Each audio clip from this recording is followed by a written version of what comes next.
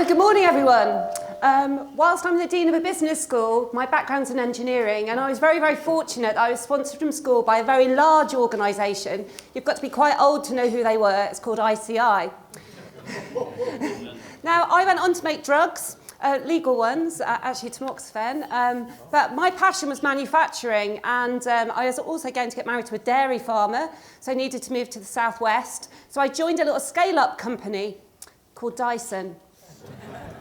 So I think I know what innovation looks like in big companies and what innovation looks like in small companies, but I can absolutely guarantee you that when I joined Dyson to design the production line for DC03, that shows how old I am, that actually making their factory better wasn't going to make Dyson make more money. What Dyson needed to do was make sure every vacuum cleaner they sold got into the hands of a consumer, because greedy retailers who made lots of money out of Dyson kept over-ordering, panic buying for vacuum cleaners rather than toilet roll. But at the same time, to produce more, Dyson needed to increase the capacity of their supply base. And actually, most of their injection moulding suppliers were small SMEs. Many became millionaires off the back of James's success. And so what I learned was the importance of supply chain. How can we make sure that we really understand demand and get all our products out to the people that really need it? But at the same time, how do we balance the supply so that we can make more and make more money? And so I've come into academia not till I was 30, and I've still stayed very, very industrially orientated. And what I'd like to share with you is some insights about how we can use digital in whatever format that might be. It could just be better using spreadsheets to actually create the future that we want. Because let's not think about the manufacturing ecosystem as it is now. Let's think about what it needs to be in 2050 to actually support the resilience, sustainability, and well-being of the UK. So very quickly, I'm going to share with you some challenges, some trade-offs, and what I think the opportunity is. So the challenge, I am part of Made Smarter Innovation. This is a £147 million government investment in how we make our manufacturing better. Put your hands up if you've heard of Made Smarter Innovation. Put your hands up if you've heard about Made Smarter Adoption. Put your hands up if you understand the difference between the two. And put your hands up if you understand what this means. Because this is classic government UKRI speak. This project is going to help UK manufacturing become more productive and competitive through the innovation and diffusion of digital technology and support manufacturing to achieve net zero by 2050. Is that important to you? Possibly, but let's be honest. I ended up, after speaking at the National Farmers Union conference, I talked about buy one, get one free offers being immoral. They are. That's perhaps for the coffee break or the lunch break. But actually, this got 276 comments online from Daily Mail readers. What percentage of Daily Mail readers do you think understood why buy one, get one free offers aren't actually very good? It was 15%. Quite a lot of them actually wondered why I had a job. And one of them had their garage full of toilet roll, which would have been very good for COVID. But actually, if you think about it, that previous statement, would a Daily Mail reader have understood it? And you know what? If we want to solve the big problems that we're facing, we need to explain them in the way that an average Daily Mail reader can understand. Because we need them to care. So actually, I would restate the Made Smarter Innovation objective like this. What we need to be able to do is get the stuff we need, when we need it, at the lowest possible cost, in a sustainable and responsible way. Because we can do it where the big fat cat at the front of the supply chain takes all the profit, creates a load of demand instability, and shafts everyone else down the chain. That's not very responsible. Or we could do it in a way where we don't actually get consumers the things that we need. So I think it's really important, if we think about what we're trying to achieve, it's about making sure that everyone in the UK, and ideally in the world, gets what they want, when they need it, in a way that is lowest possible cost, but is sustainable and responsible. And so I think quite often we forget about responsibility. We talk lots about sustainability and the planet, but what about our people? And really, if we think about this, when we talk about the stuff we need, that's talking about responsibility. When we talk about when we need it, it's about resilience. When we talk about lowest possible cost, that's another way of saying productivity, and sustainability sort of talks for itself. So when you think about running out of fuel last year, we had fuel in the country, we just didn't have it in the right places. And we can't continue to think of manufacturing and logistics separated either. So what are the trade-offs we need to think about?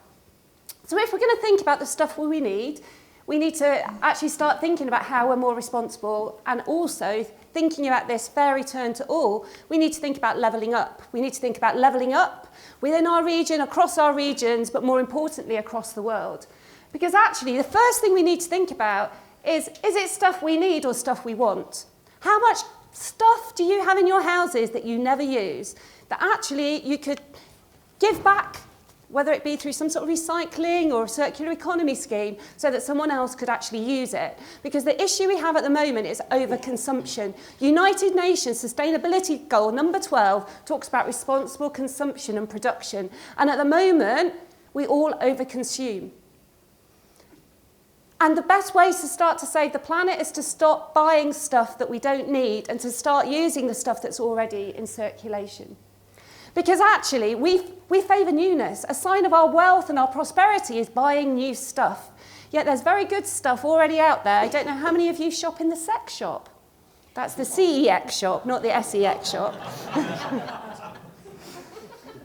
If you shop in CEX, I'll say that, then actually you get a 2-year warranty on anything that you buy. It's marginally cheaper, but you've got guaranteed utility for 2 years. Most things you buy from new will only give you 1 year guaranteed utility. So why are we all not in the CEX shop?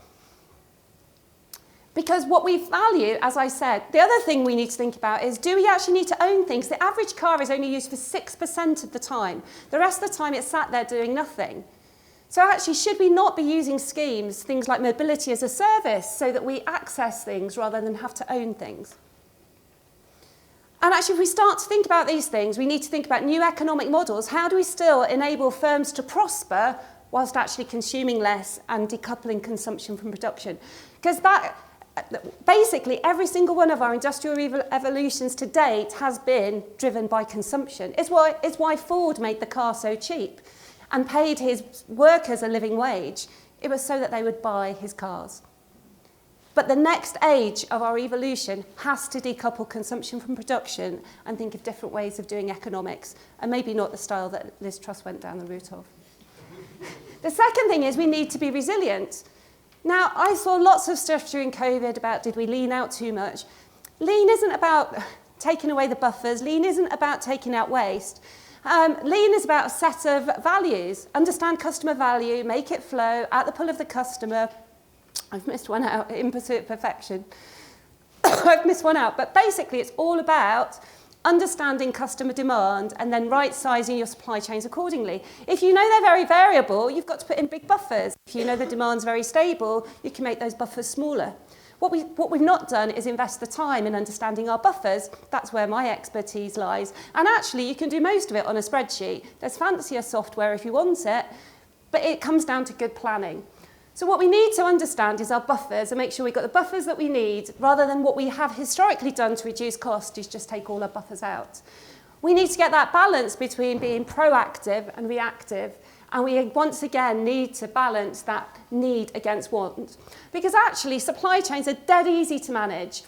In a way, the first thing you need to do is even toilet rolls during panic buying, the supermarkets had such intelligent planning systems, they knew there was enough toilet roll in the country. They just had to stop us as consumers. That fear of missing out, which is actually a type of myopic loss aversion. Behavioural economics would know that we're going to do it. And we continue to do it because of that fear of missing out. But what we can do is we can understand the steady state demand for toilet roll, which actually means we can keep them buffers fairly low. And when we see people doing crazy things like buying toilet roll they're not consuming, that's when we actually started to limit what people could buy to keep it under control. Though sometimes there's a huge shock. Think about what's happened with semiconductors. And actually then, we can't just have buffers within our current network configuration. We actually need to have spare capacity within the supply chain, our global value chains. But what we've done, again in our pursuit of making everything as cheap as possible, we took out all those buffers. We think buffers are free. But there is a price to resilience, and actually a good business will price in that resilience, and they'll be both dynamically flexible to those upturns and downturns in demand within our normal supply chain design. But they will also be what we call structurally flexible, because they'll have spare capacity in their network around the world that they can turn on when they need it.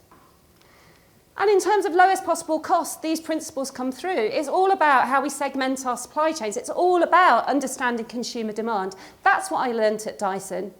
We need, because most businesses, and give me any of your data sets, I absolutely swear I can find for your business at least 70% stable demand. It's how we choose to plan, how we choose to schedule, and how we deal with that that makes our demand bad. And you know what? Some of the projects we do, we actually try to get big companies to work with small companies to improve the planning across both. Because the reason we have such an issue with productivity in this country, I would argue, is the large companies at the head of the supply chain. You know, they say a dead fish rots from the head, give a bad demand signal to those smaller companies further down. We make single firms productive rather than whole supply chains. But why could we not take those principles and make our entire region productive? Why could we not see the Midlands as a factory and make the Midlands region productive? Because what we need to do is think about supply chain level planning, not firm level planning. We need to think about planning and not procurement. The number of people, when you ask them what a supply chain is and they give you an explanation of a buyer, procurement has been the death of good supply chain management. Fighting over money rather than actually looking at the planning expertise we need to coordinate our chains has been at the demise of UK manufacturing. And I'd actually say Tesco's, being recorded, has a lot to do with that, because it was Tesco's that started to develop that breed of buyer, that approach to procurement that's now permeated across the UK. And last but not least, you need to segment and understand your different demand patterns rather than viewing all your demand as the same. Because last but not least, we then need to think about how we do this sustainably. Now, if you're thinking about Scope 1 emissions, that's within your factory. That's a lot about low carbon or decarbonisation, perhaps, of your energy sources. But actually, Scope 2, Scope 3 require you to think about your supply chains. And actually, in that space, we actually really need to start thinking differently. That's where the circular economy really starts to kick in. Because what we want to be able to do is keep things in their highest possible value state for as long as possible. We need to go to the sex shop. Because if we do that, we're buying utility, we're buying things that could be repaired, that can be remanufactured, not things that we're just having to go out and buy a new one again. And in order to do this, we can't just think about individual firms. And actually, we have such an opportunity as a region, because we could look at how can we, as the Midlands, create a circular economy, create an area whereby the Midlands is at the heart of the rejuvenation of UK manufacturing by embracing these principles of a more circular economy. And you know what? No matter which bit of research I've done, industrial digital technologies are at the core of this.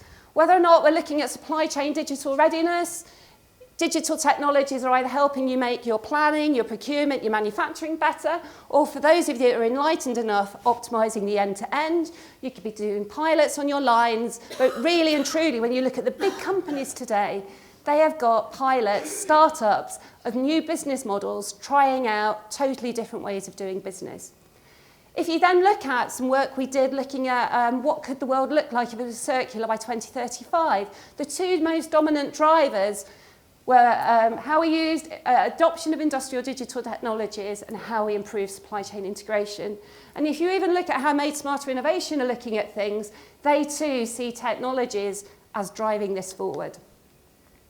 So the opportunity. When I first started in manufacturing, I was told it's better to be roughly right than precisely wrong. Big data gives us the opportunity to make better decisions by being precisely right. Now, I lead a number of things for Made Smarter Innovation. I am on the Strategic Advisory Board for Made Smarter Innovation, but I also lead a project called Interact, a £5 million project out of Loughborough University. Our goal is to take insights and make sure we put them in the hands of manufacturers and industrial digital technology providers, and policymakers. That's a bit of a harder job. But fundamentally, the part that I'm leading is looking at how we can develop a blueprint for the Midlands engine of what that future manufacturing ecosystem could look like. Now, we're running a workshop on Valentine's Day that you'd be very, very welcome to attend. Just drop me an email afterwards, where what we're actually doing is taking some of our future manufacturing ecosystem scenarios and starting to backcast how it could work. But our work for year 2 is all about how we take that generic view of the future manufacturing ecosystems and actually turn it into a blueprint for the Midlands. And believe me, the challenge isn't knowing what that future looks like. The challenge is getting all the stakeholders in the region to actually agree on an approach, rather than 20 approaches where everyone's fighting that's saying that their approach is better. The biggest challenge here is a social science approach of how do we get people to get behind a single vision.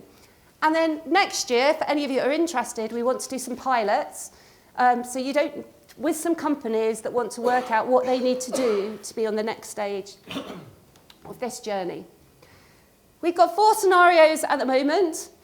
We've used a backcasting approach: productivity powerhouse, sustainability champion, happy and sustainable workshop, and flexibility at the standard. And what you'll see is that we've created snapshots of these different futures for manufacturing. So, you can connect with universities. We're not all people that sit in ivory towers that don't connect with the real world. You have within Loughborough University people within the business school that through projects like Interact that want to work with you to actually drive change in the Midlands region. Please do connect to Interact, and if you're interested in what that future ecosystem could be, please try and come along to our workshop on the 14th. The other thing is, we've also picked up the training for the Made Smarter Adoption Programme to make sure that the insights that we've picked up through Made Smarter Innovation do make it through. If you're interested, if you're an SME and would like to be part of that leadership training for Made Smarter Adoption, then please do reach out too. Thank you.